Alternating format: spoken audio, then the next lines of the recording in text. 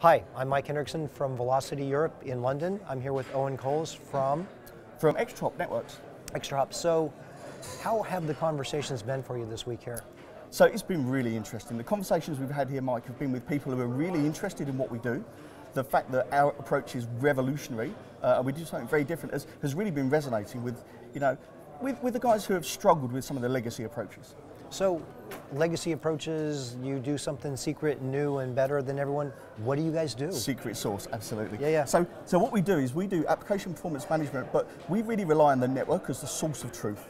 So we watch every transaction as it flows through the network, and we reconstruct it at layer 4 and layer 7 to give you full analysis of a whole application chain. Okay. And what else you got going there? So once we've got that level of intelligence, what's then really critical is to be able to do something meaningful with that data.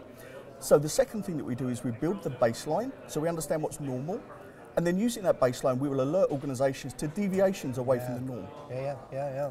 So where do you see this going in the future? So it's an interesting technology, and it's an interesting area. There's a whole bunch of different ways that you could take something like this.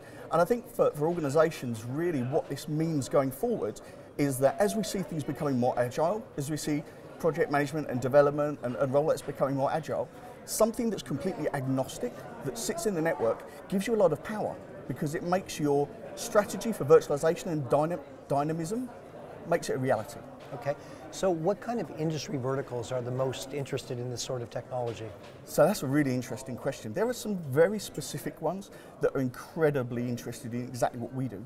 The big e-commerce sites, the travel organizations, the guys who have really peaky performance really see the benefits in this, because if you want to run virtualization and dynamic environments, if you have a legacy approach, which perhaps means that you need to configure devices or perhaps have agents, the whole idea of spinning things up and down and things appearing and disappearing, that type of dynamic environment becomes tricky to manage.